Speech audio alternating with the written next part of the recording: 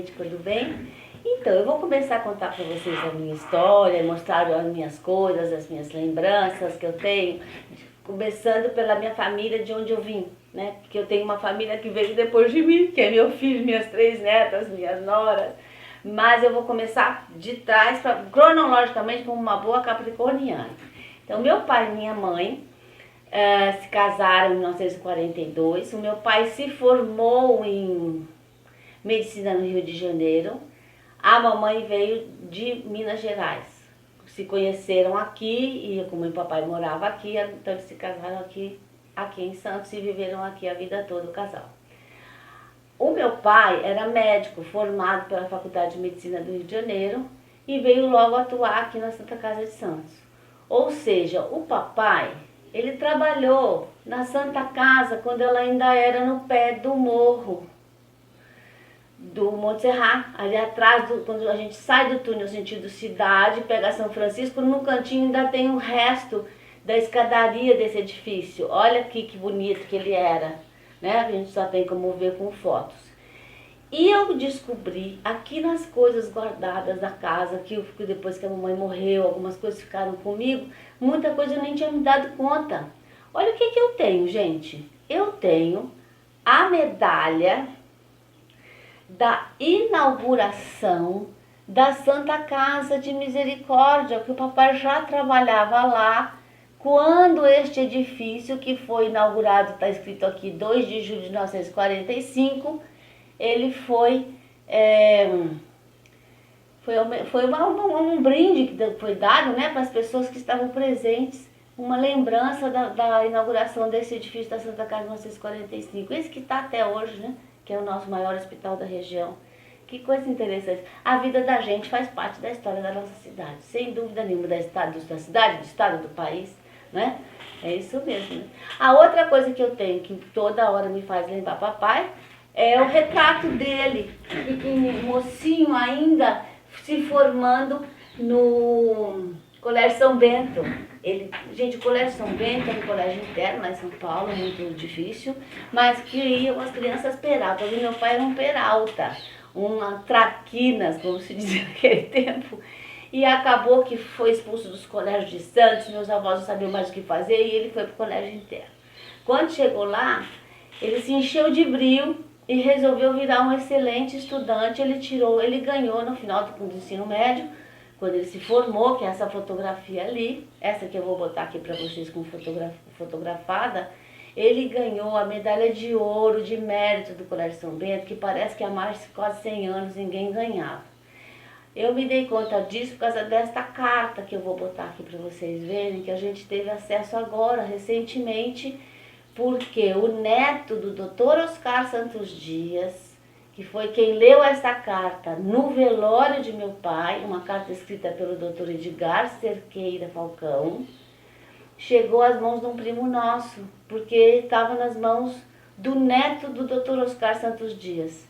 Era uma carta falando sobre o meu pai no dia do velório dele, na hora do velório dele, escrita pelo Dr. Edgar Cerqueira Falcão. Ou seja, isso aqui é uma relíquia das relíquias, né?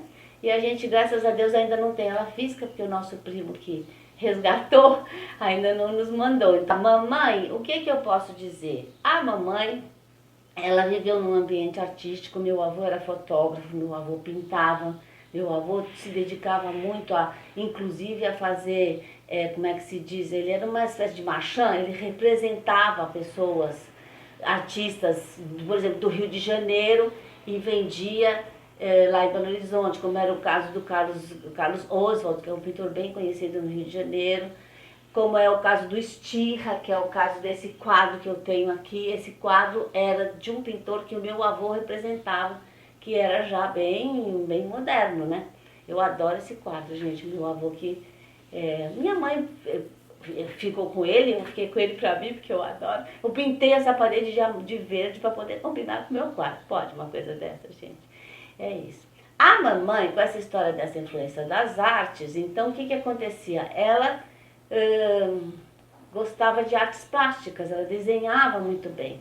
E eu tenho uma relíquia aqui que eu ganhei da minha tia Sinoca, irmã da minha avó materna, quando eu me casei, que é um álbum. Olha que coisa mais linda, gente. É um álbum de fotografia, com essa capinha de couro, pirografado pela minha mãe quando ela tinha, gente, 11 anos, porque ela nasceu em 1919 e aqui atrás está dizendo que ela fez esse álbum em 1930, ou seja, ela tinha 11 anos. Olha que coisa mais caprichada, né, gente? Bom, a minha tia nunca usou esse álbum e me deu, eu uso ele, tá inteiro, cheio de fotos, todo despencando. Eu até espero encontrar alguém, se alguém souber de alguém para fazer o restauro para mim, eu vou agradecer. Tá? Do meu pai ainda, voltando, eu tenho aqui uns livros, que ele mesmo que adorava livros, nós tínhamos uma sala de livros na minha casa, só de livros. Ele às vezes mandava encadernar para proteger, e olha como já não tem mais o douradinho aqui, tá vendo? Mesmo encadernado pelo papai, eles já estão... esse aqui chama-se L'Idiot de Émile Richembourg, escrito, gente, editado, olha, em 1883. Eu vou fotografar para vocês verem melhor. Eu separei aqui também as ilustrações todas feitas em gravura. Você passa o dedo assim, você percebe que é uma impressão de um por um. Olha que coisa mais linda, gente. Eu vou passar para vocês aqui também com a fotografia. Olha. E por aí vai, o livro é inteiro ilustrado. E é uma relíquia, né? De 1883. E esse aqui também é um romance, o Coquelicot, também encadernado pelo papai, que também quase que a gente não leu a lombada aqui do livro, porque o douradinho já saiu. Mas olha aqui, é bem antigo também. Olha que linda essa... Olha as manchinhas de guardado, ai que pena que dá, né? Mas tá bem protegidinho aqui para não acontecer mais, tá bom? Voltando para as coisas da mamãe. A mamãe usou muito esse talento dela para os desenhos na vida prática. Porque as coisas lá de casa a mamãe costurava, a mamãe vestia nós todos. A mamãe desenhava, riscava e passava para o tecido, escolhia as linhas, os lençóis que a gente usava, eram todos bordados pelas bordadeiras portuguesas, herdeiras ou não, ou ainda as nativas da Ilha da Madeira, que vieram morar no Morro de São Bento no começo do século XIX, século XX, desculpe, e que as filhas também bordavam. Teve uma época que a mamãe, na hora de fazer enxoval para nós todas, nós éramos 5 filhas e um filho só. A mamãe se botou a desenhar lençóis e toalhas para montar os nossos enxovais. Então até hoje eu durmo em lençóis, né? Eu tenho vários, graças a Deus, bordados pelas bordadeiras do Morro de São Bento ou do bairro do Marapé, daqueles chalés de madeira. Eu lembro muito da Pedrina e da Dona Maria, que falava tudo embrulhado. Eu ia com ela escolhia as linhas, comprava, desenhava, passava com carbono no tecido e levava para Dona Maria, para Pedrina e para tantas outras, para bordarem o enxoval das 5 filhas, né? Também se divertia muito com isso, né? Tá? Então eu estou botando aqui para vocês umas fotos de alguns lençóis, o lençol que está na minha cama, e alguns outros lençóis, e vocês podem reparar como ela tinha um senso. Por quê? Porque ela não punha o bordado no meio da fronha, que é pra gente não dormir e acordar com a cara marcada com o bordado. Repara para vocês verem.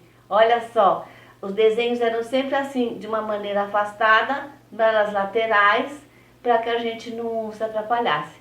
E toalhas de mesa lindíssimas. Eu tenho aqui 2 comigo e 2 já dei para minha nora, porque eu tenho um filho único que mora no México, em segundo casamento, com 2 netinhas lindas que eu tenho, que depois eu vou falar neles para vocês também, tá? E o meu filho Lucas, que mora nos Estados Unidos. Tá todo mundo espalhado, a minha família tá toda espalhada, tá bom? O próximo filminho que eu vou mostrar para vocês é com uma das toalhas que a mamãe bordou, ou bordou não, desenhou e mandou bordar, né? Na mesa, montada.